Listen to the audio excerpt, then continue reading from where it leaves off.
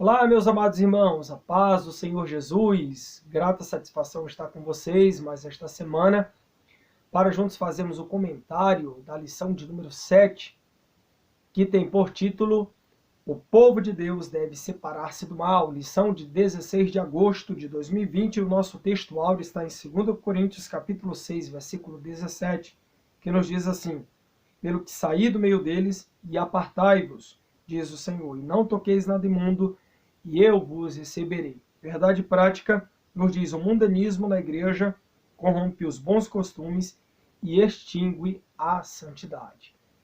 Você que não é inscrito no nosso canal, você é convidado a se inscrever, deixar o seu comentário, sua pergunta teológica, deixar o seu like, ativar o sininho aí das notificações, e toda semana estaremos gravando um vídeo aqui, fazendo comentário das lições bíblicas. Aqui em Maringá, no estado do Paraná, no nosso campo, na Igreja Evangélica Assembleia de Deus, estamos estudando essa revista tão maravilhosa que tem por título Os Princípios Divinos em Tempos de Crise, a reconstrução de Jerusalém e o avivamento espiritual como exemplo para os nossos dias.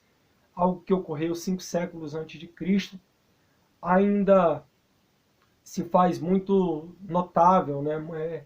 É bastante aplicável para os nossos dias, mesmo 2000 anos depois de Cristo. Pensa, aí quase 2500 anos depois, é uma lição completamente atual, só sendo a palavra de Deus para ser mais atual do que um jornal que saiu aí para a banca no dia de hoje, não é verdade?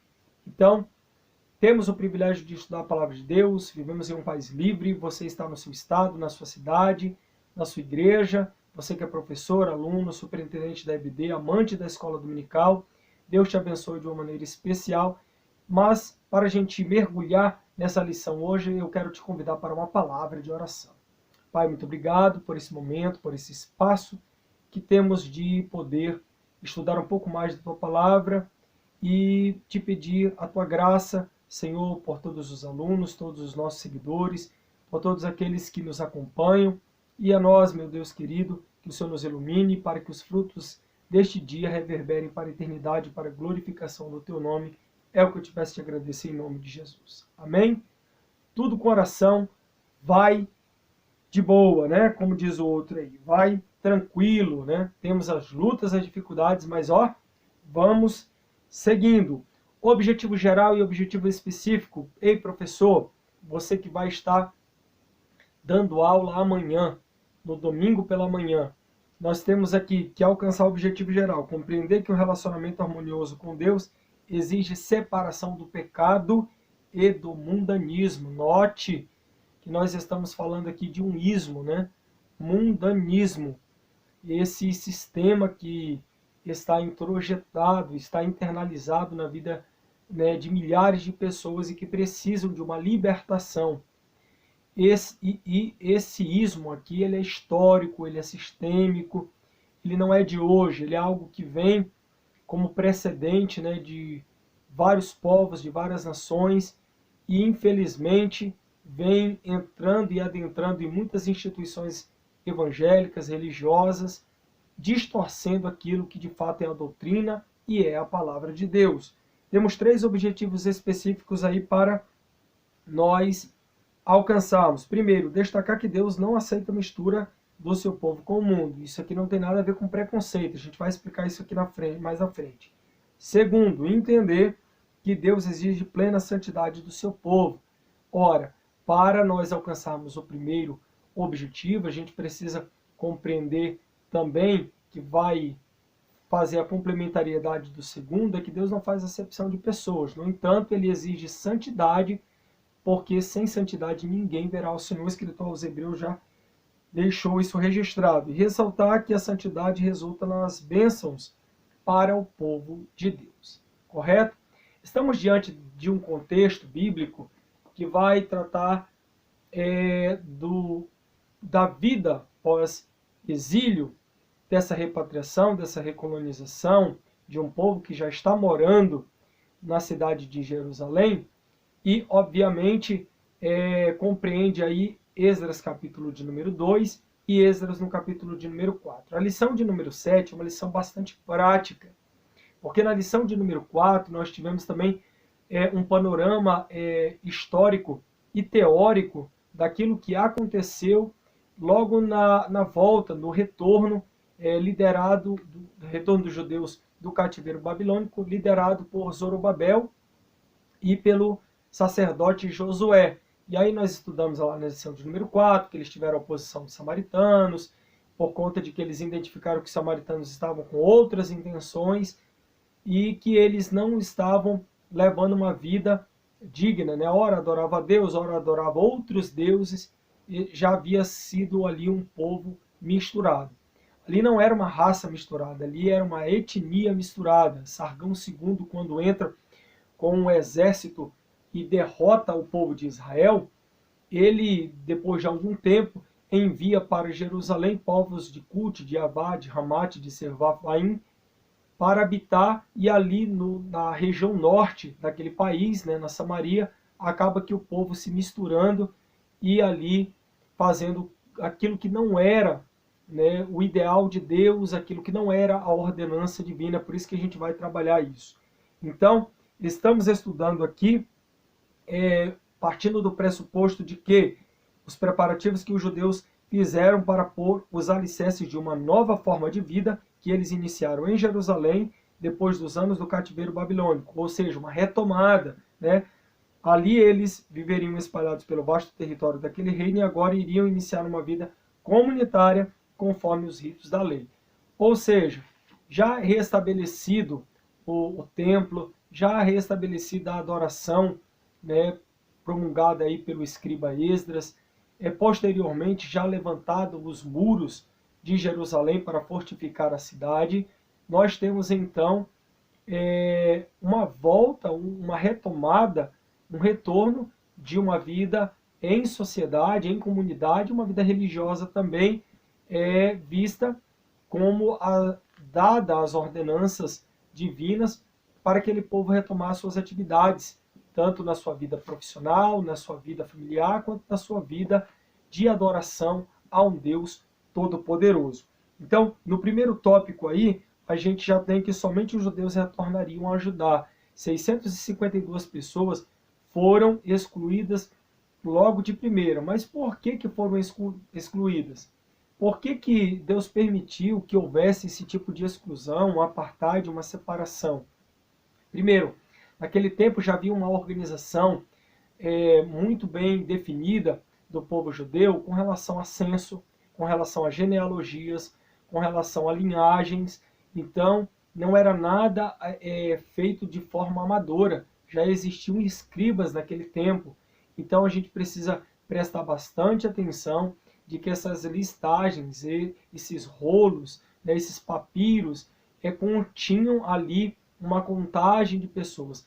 Esdras, que os estudiosos do Antigo Testamento vão apontar como compilador de 1º e 2º Crônicas, eles vão deixar muito claro de que essas genealogias, essas listagens das várias tribos de Israel, era preciso ser vista com muito cuidado para poder fazer com que o povo que voltasse a Judá fosse um povo de uma linhagem única, sem mistura com os povos pagãos.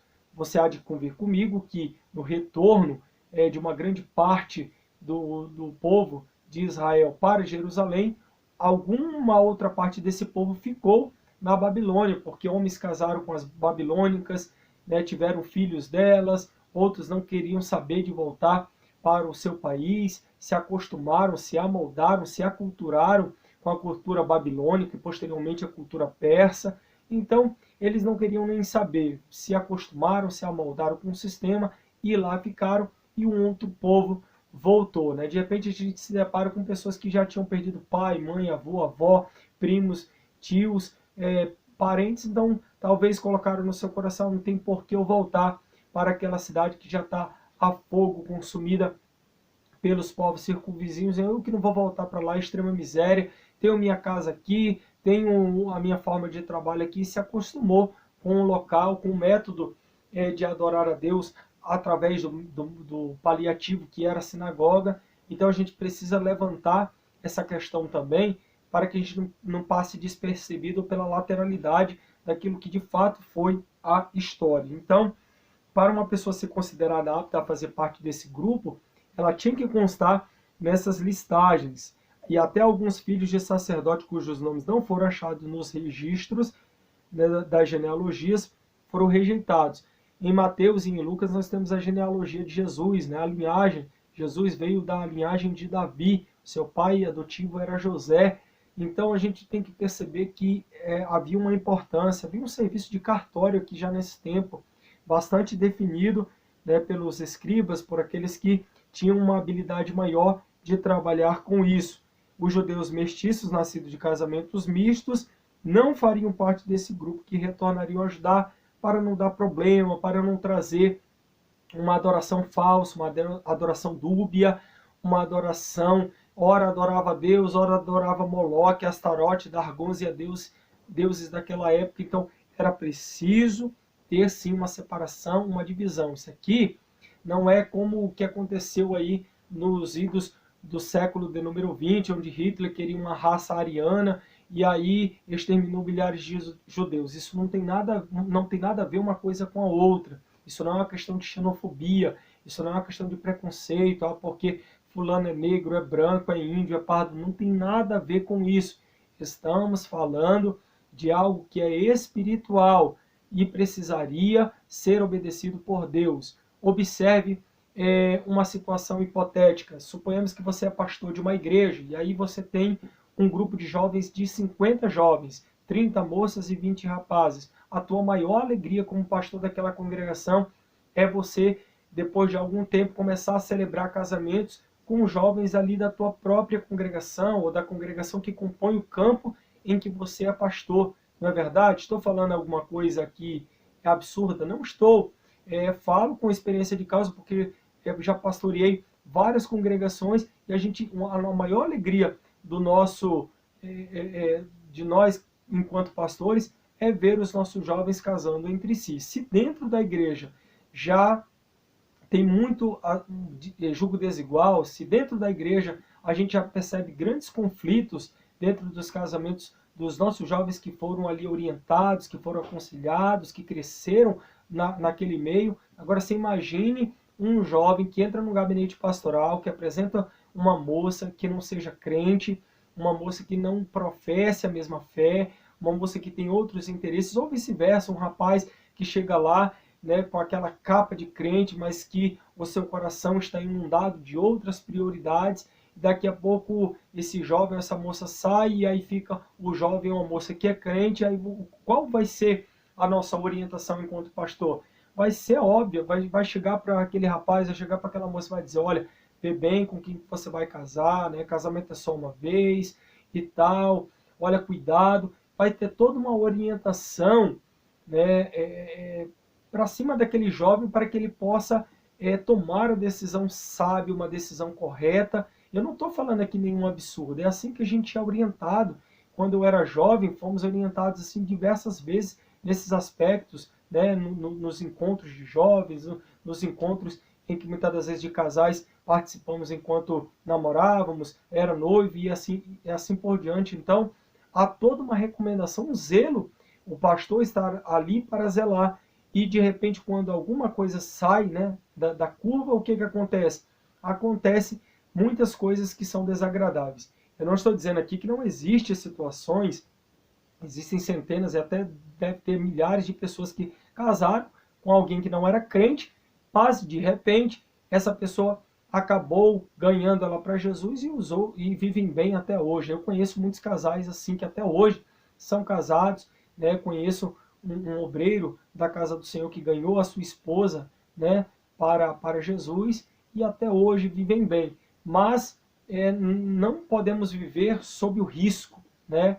Há toda uma prevenção, há toda uma orientação. Existe sim, claro que existe. Alguém pode até colocar no comentário, eu sou fruto dessa situação, graças a Deus, Deus me abençoou.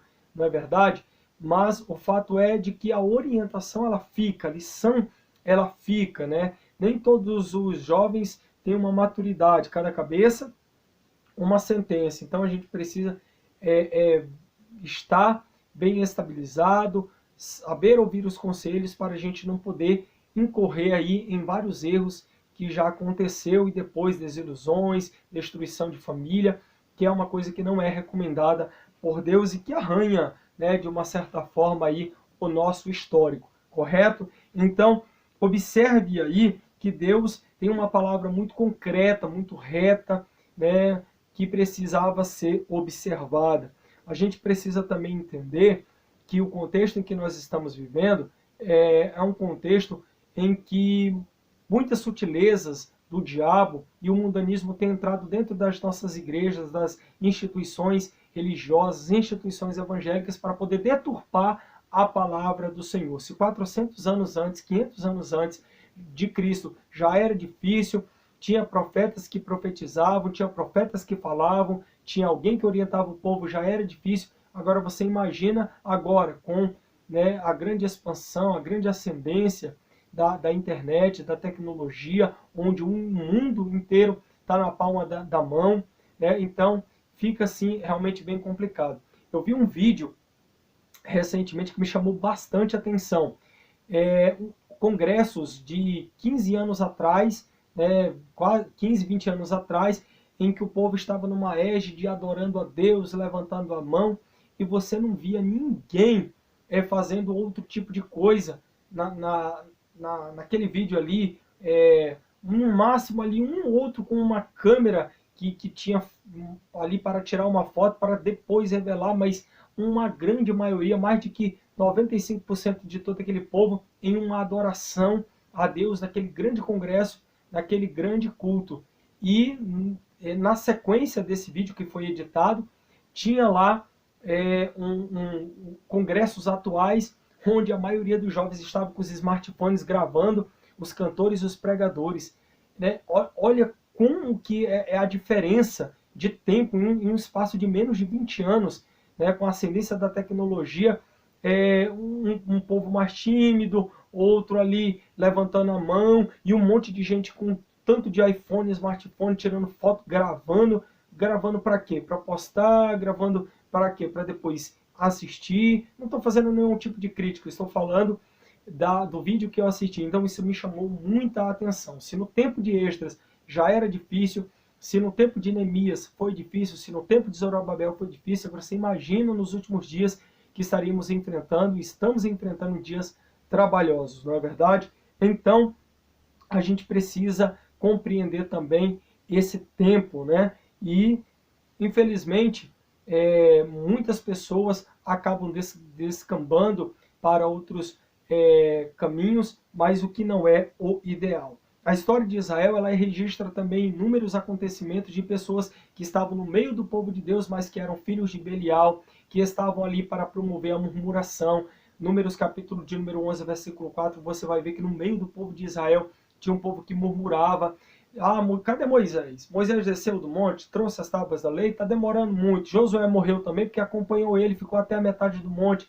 Cadê esse camarada? Não, vamos fazer um bezerro de ouro, vamos adorar a Deus. Cadê a água aí? Tu trouxe a gente do Egito para tomar uma água amarga, rapaz. Cadê? A gente quer água doce, a gente quer maná, a gente quer carne, a gente quer isso, a gente quer aquilo. Né? O sol está muito quente, cadê a nuvem? Então o povo sempre reclamando, sempre murmurando, um povo misturado, um povo que veio encalacrado no meio do povo de Deus, e de repente, né, acontece graves situações, famílias inteiras, né, a terra se abrindo, o povo caindo, sendo sepultado vivo, né, criança, adolescente, jovem, um povo pagando por meio de um filhos de Belial que estavam no meio do povo judeu. Eu estive há algum tempo atrás no Rio Grande do Sul ministrando a palavra de Deus, e eu estava hospedado numa chácara em que eu fui ver algumas plantações ali junto com aquele chacareiro, com aquele pastor que tinha a sua propriedade. E me chamou bastante atenção quando a gente chegou numa plantação de milho. Eu nunca tinha visto uma plantação de trigo, né? Eu nunca tinha visto o joio assim, ao vivo, eu nunca tinha visto. Já tinha visto pela TV, pela internet, mas ele na tenra idade, ele é idêntico à semente do trigo. Os ramos crescem assim, o formato é muito parecido. Só a coloração um pouco mais esverdeada do joio que vai diferenciar um pouco do trigo. Mas se você assim não for perito, você vai achar que aquilo ali é trigo também. E é por isso que Jesus alertou, olha, não tira o joio agora, porque no tempo certo vai vir o lavrador e vai tirar, vai separar o joio do meio do trigo. E me fez, né, e me trouxe a lume aquela passagem bíblica de Jesus, quando ele dá esse tipo de lição e diz, meu Deus, como que é forte, né, essa situação do joio e do trigo, onde as raízes elas vão penetrando a ponto de querer sufocar o próprio trigo que está do lado. E observe uma coisa, quando o joio ele vai crescendo junto com o trigo, vai chegar um momento que uma pessoa que não precisa nem ter tanta perícia vai denunciar, vai notar que aquele joio ali é uma erva daninha, que aquilo ali realmente não é o trigo, porque não vai dar fruto algum. Então, a gente precisa perceber bastante essas questões. Então, a mistura ela não agrada a Deus, a mistura não é recomendada, né, dessas gentes. Não é uma questão de preconceito, é uma questão de separação, de santificação. O escritor aos Hebreus diz, sem santificação ninguém, absolutamente ninguém, poderá ver a Deus. Diz a Bíblia, estreita é a porta e apertado o caminho que nos conduz à vida eterna. Não é lucro e sim grave prejuízo quando alguém quer facilitar, né, a mistura de gente entrando, né, quer saber só da quantidade e não da qualidade. Então a gente consegue observar muito isso. Não adianta você colocar ringue de boxe dentro da igreja, que nem eu já vi. Não adianta você pintar a igreja, escurecer, sabe? Fazer coisas para atrair os jovens. Você consegue atrair os jovens pela palavra de Deus. Você consegue arrebanhar jovens pregando a palavra de Deus. A minha vida mudou depois que eu participei de um grande congresso nos idos de 2000, no começo dos anos 2000, numa cidade chamada Rolim de Moura, no estado de Rondônia.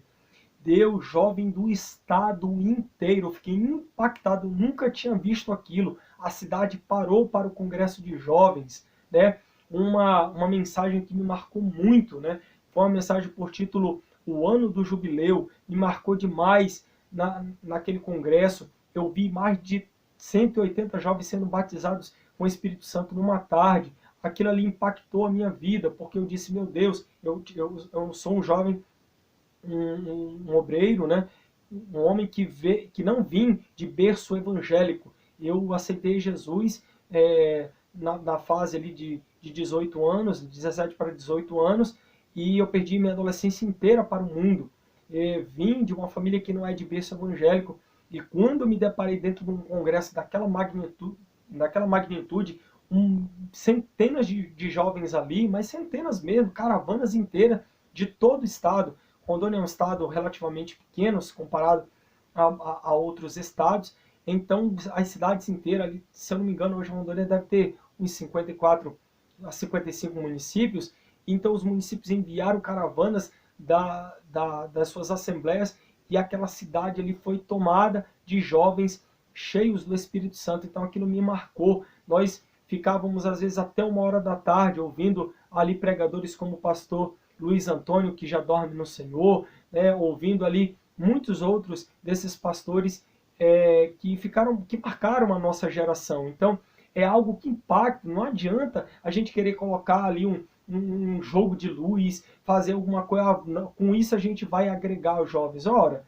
se você pregar a palavra de Deus vai entrar como uma espada de 2 gumes que vai penetrar a alma, vai no coração, vai na medula, vai entrar na vida do jovem e vai mudar a vida dele. Pregue a palavra. Jesus não falou para você fazer outra coisa a não ser pregar a palavra. É claro, existem estratégias, existem, por exemplo, em tempos de pandemia, a gente utiliza esse recurso em cidades, por exemplo, como Brasília, que eu conheço muito bem, na Asa Norte e na Asa Sul, como você não consegue fazer um culto ao ar livre, né? Existem administrações ali que não permitem esse tipo de situação, de cruzadas, até porque tem muitos prédios ali. E como é que você adentra ali? Você adentra, às vezes, por um grupo familiar, você adentra ali, às vezes, por uma célula.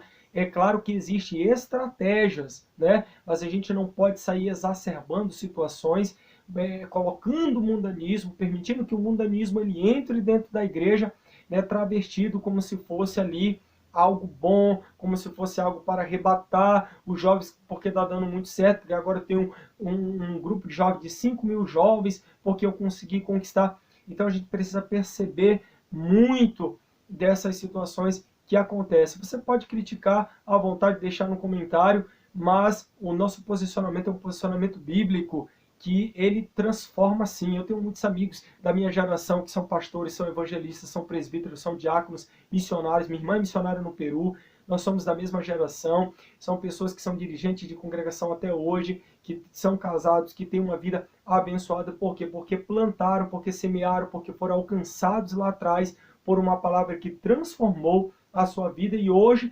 repassam isso para a sua juventude. Correto? No tópico de número 2, você, professor, vai trabalhar com os teus alunos aí que os judeus não aceitaram a ajuda dos samaritanos. Isso aqui a gente viu na lição de número 4, a gente não precisa se delongar nesse tópico aqui, até porque a gente sabe que os samaritanos é uma mistura, né, das pessoas que ficaram ali em Jerusalém com outros povos que foi enviado ali. Isso a gente já falou, né? Os samaritanos vieram ali travestidos de uma roupagem, né, de santidade, mas na verdade ora queria adorar a Deus, ora adoravam outros deuses, e eles se tornaram inimigos declarados dos judeus. E alguém pode dizer, então por que os judeus não pregaram para os samaritanos? Calma aí, existiam profetas naquele tempo.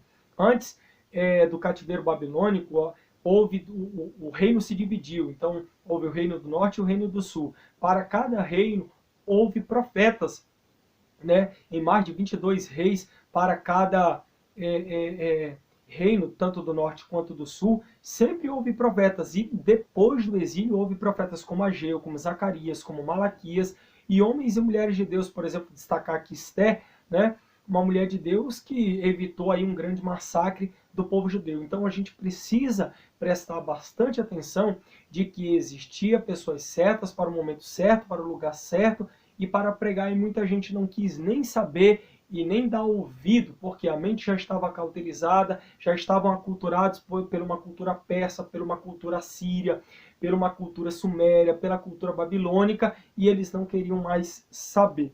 Então, os samaritanos, eles imaginaram que se conseguissem se associar aos judeus, né, eles gozariam de um mesmo prestígio que antes, né? E quando os judeus não aceitaram nada da parte dos samaritanos, o ódio, né, velado transformou-se em inimizade declarada. A gente tem na história do cristianismo grandes movimentos que foram luz num tempo de trevas, né? Que movimentos eram esses? A gente pode citar aqui na Alemanha, né? Houve o pietismo, houve os moravianos, né? Começou lá nos idos de 1400 com o John Hus, né? O russanismo. Teve Zwinglio, um grande movimento na Suíça, né? Homem que estudou na Basileia, homem que estudou em Genebra e foi um grande homem de Deus. Tem o calvinismo. Na Inglaterra teve vários outros movimentos, como os anabatistas, como a Sociedade dos Amigos, que eram os quáqueres. Houve também aí o movimento do puritanismo. Então, eram pessoas que se dedicavam à Bíblia, que queriam ser luz no meio das trevas. Então, a gente precisa realmente haver uma separação desse mundo. Estamos no mundo, mas não somos daqui. Somos estrangeiros, concidadão dos céus. O nosso reino é lá. Estamos aqui para fazer a diferença. Hoje compete à igreja fazer o papel que foi destinado ao povo de Israel fazer e que não o fizeram, né? Veio para o que era seu, João capítulo 1, versículo 11 e 12. Amo esses versículos. Veio para o que era seu e os seus não receberam, mas todos quantos o receberam, deu-lhes o poder de serem feitos filhos de Deus, a saber, filhos não nascidos da vontade do homem, de uma maneira natural, filhos não nascidos da carne, mas filhos nascidos de Deus, aos que creram no seu nome. Então, nós fomos alcançados, povos gentílicos foram alcançados por Deus, e quando nós somos alcançados, nós nos tornamos igreja. A partir de Atos 2, a gente vai ver a consolidação da igreja através dos apóstolos, né, batizados com o Espírito Santo e ali animados e pregando, mais de 3.000 almas para Cristo, pessoas sendo curadas, libertas, saradas, né, pessoas encontrando ali um refúgio, encontrando uma porta aberta, encontrando uma esperança. O véu do tempo havia rasgado, agora nós temos total acesso a Deus. Então é por isso que eu disse no começo da lição, essa aqui é uma lição muito prática, uma lição que casa bem com a lição de número 4, mas a gente está vendo na prática que uma vida de santidade é uma vida realmente diferenciada. Nós somos o sal da terra e a luz do mundo. Jesus pregou isso no seu Sermão da Montanha, capítulo 5, a partir do versículo 13 e em diante. A gente vai perceber que somos o sal da terra e a luz do mundo. E a luz dissipa todas as trevas. E no tópico 3, você vai ter aí o privilégio de estudar com seus alunos que Deus exige a santidade do seu povo, histórica e sistemicamente. A gente vai perceber que o povo de Israel, né, teve em grande parte, né, muitos momentos em que Deus exigiu a santidade dele. Aqui na lição, o comentarista da lição, o pastor Eurico Bergstein, ele está aqui mostrando de Josué capítulo 3, versículo 5, santificar porque amanhã o Senhor fará maravilhas no meio de vós, quando da tomada, né, da guerra, quando da tomada de Jericó, quando da tomada da terra de Canaã. A gente vai perceber em Josué capítulo de número 7 que aí o povo de Israel é derrotado pela pequenina cidade de Ai, aí Deus exige novamente santidade do povo, aí depois Deus entrega nas mãos de Josué aquele rei daquela cidade e felizmente, né, o desfecho da história é que um Israel vitorioso, e muitas outras passagens aqui que a gente vai ver ao longo da Bíblia Sagrada, de momentos em que precisamos nos santificar e viver a vida de santificação. Quando aceitamos a Jesus e reconhecemos Ele como Senhor e Salvador da nossa vida, existem alguns predicados que a gente precisa observar, não é verdade? E ao observar esses predicados morais, esse comportamento moral, esse princípio ético de servir a Deus, nós somos justificados, somos adotados, somos regenerados e participamos de uma vida de santificação para ver o Senhor, né? Até o último estágio, que é o estágio da glorificação. Então, é importante a gente prestar atenção em tudo isso que a lição nos traz, né, com uma beleza, com uma riqueza de detalhes, para com que os nossos alunos possam estar entendendo que a santidade aqui se trata de uma pureza moral, não é verdade? A santidade aqui, ela traz uma atitude de fixar a nossa esperança na graça, que será a o nosso caminho, né, para um fortalecimento da nossa fé.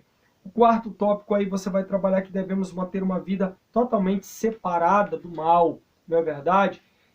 Adquirindo o fruto do Espírito, adquirindo dons espirituais, aceitando Jesus, sendo batizado nas águas, né, fazendo aquela proclamação pública no meio das pessoas, nós realmente nos separamos do mundo e participamos de uma nova vida com Deus.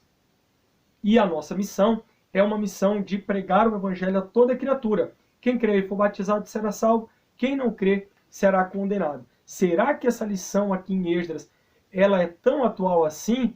Olha a beleza que estamos estudando da palavra de Deus, 2.500 anos antes, sendo restaurado o culto, sendo restaurada a forma de adoração, sendo reconstruído os muros de Jerusalém, sendo reconstruído o templo, homens e mulheres de Deus pontuais, e na atualidade nós precisamos de pastores, de homens de Deus, de pregadores, sim, que preguem a palavra da verdade, e que o povo vai ser tocado, vai ser mudado, e mesmo em meio a tantas coisas que nos tiram a atenção dos entretenimentos da vida, sempre haverá um remanescente fiel que vai fazer a obra de Deus, doa quem doer, vai pregar o evangelho, custe o que custar. Por quê? Porque eles são como Daniel, que propôs no seu coração não se contaminar com o manjar do rei.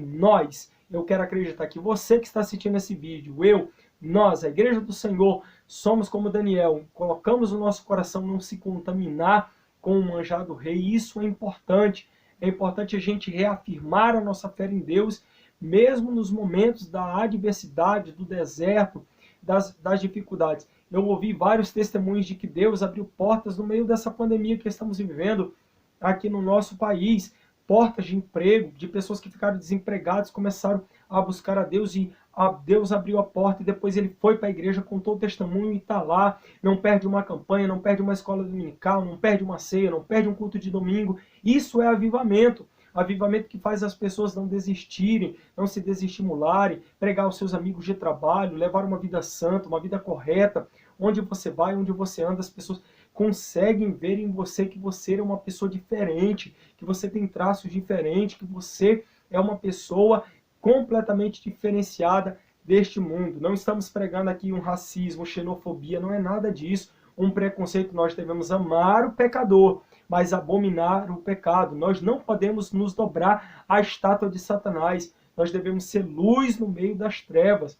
É preciso a gente levantar uma bandeira, e essa bandeira é a bandeira do Evangelho, uma bandeira que transforma, que pega um homem mais vil pecador e transforma ele num homem de Deus, num pai de família, em alguém comprometido com as coisas. Se relativiza muito o meio evangélico. Eu não estou aqui para defender o evangelicalismo, estou aqui para defender a Bíblia, estou aqui para defender a bandeira do Evangelho, estou aqui para defender que Deus enviou o seu Filho Jesus para este mundo, para nos pregar a abertura das portas do reino dos céus, e que foi estabelecida aqui com Jesus no seu ministério terreno. É essa bandeira que nós devemos defender. Nós somos cristãos, nós somos diferentes, e a gente precisa fazer alguma coisa também pela nossa sociedade, pela nossa comunidade. A gente precisa parar de entrar em questões em que não vai dar em lugar nenhum, mas ser cônscios de que a nossa visão, de que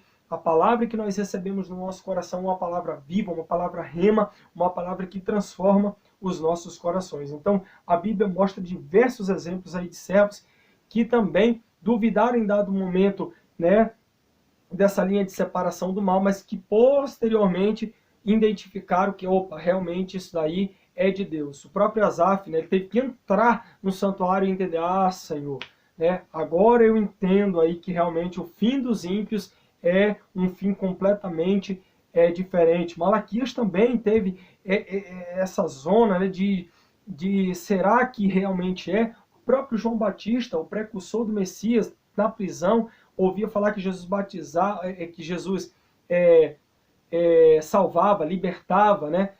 Ainda que Jesus não fazia isso, mas no batismo, no caso, mas os seus discípulos, né? Mas enfim, Jesus salvava, libertava, curava, levantava os paralíticos. Então, Jesus veio para fazer essa obra. Então, a gente consegue perceber que em dado momento o João Batista olhou e disse assim, meu Deus, mas será que ele realmente é o Messias? Mas obviamente ele morreu com a convicção de que sim, ele era o Messias. Então a gente deve, né, ou nós devemos, melhor dizendo, viver conforme a vontade do Senhor. Para quê? Para que no tempo que nos resta, né, na carne, não vivais segundo as concupiscências dos homens, mas segundo a vontade de Deus. 1 Pedro, capítulo de número 4, versículo 2. Olha o Pedrão aí, né, deixando registrado a palavra de Deus, dizendo que a gente não pode, né, nos conformar aí segundo as concupiscências do homem. Ora, Paulo, capítulo 12 de Romanos, versículo 1 e 2, não tomem a forma desse mundo, não se acostumem, não se amoldem a este mundo, não é verdade? E as bênçãos aí vai nos acompanhar, né, aqueles que vivem conforme, né, de conformidade à vontade de Deus. Então Deus garante aos que assim vivem plena vitória contra os ataques do diabo. O crescimento espiritual deles está garantido. O Espírito Santo tem plena liberdade para atuar em suas vidas. O Espírito Santo, né, ele é um consolador, ele está aqui conosco, e acima de tudo, aqueles que vivem segundo a vontade de Deus estão preparados para o arrebatamento. Temos, portanto, aí uma lição maravilhosa, pontos assim muito específicos, né, que a gente precisa mostrar ao nosso aluno que nós somos diferentes do mundo, que a nossa conduta é diferente, que a nossa forma de ver, a nossa cosmovisão, ela é diferente, o nosso paradigma é outro, não é verdade? A gente não pode se elocubrar, não pode se engoldar pelos pratos, pelos manjares. Observe a vida de Daniel. O Daniel foi um político. As pessoas parecem que passam batido, né, na história de Daniel, mas Daniel estava no meio de um sistema babilônico e não se corrompeu. José foi administrador do Egito e não se contaminou. Neemias foi copeiro do rei, teve um cargo de confiança do rei e não se contaminou com o sistema persa. É possível sim levar uma vida de santidade. Esses homens não foram perfeitos, mas foram homens que levaram uma vida muito dedicada à palavra de Deus e servir a Deus e a fazer a sua vontade. Que Deus em Cristo te abençoe. Você que não é inscrito no nosso canal, se inscreva, deixa aí seu comentário, né? Deixa aí a sua pergunta. Nós estamos aqui toda semana para deixar a nossa parcela de contribuição dentro de centenas de canais que tem aí da EBD, né? Tem canais aí que tem mais de 40 mil visualizações, mas aqui a gente está deixando a nossa participação com vocês. Obrigado a todos aí do canal Fé em Foco, do portal EBD.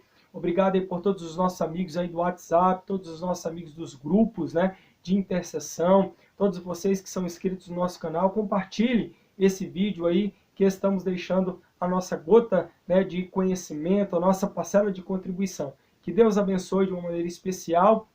Estamos aqui falando de uma forma muito panorâmica, tá bom? Se você tem pensamentos divergentes, não tem problema, a gente vai seguindo junto aqui, correto? E que Deus te abençoe de uma maneira muito especial. Fique com Deus e até semana que vem, e a paz do Senhor.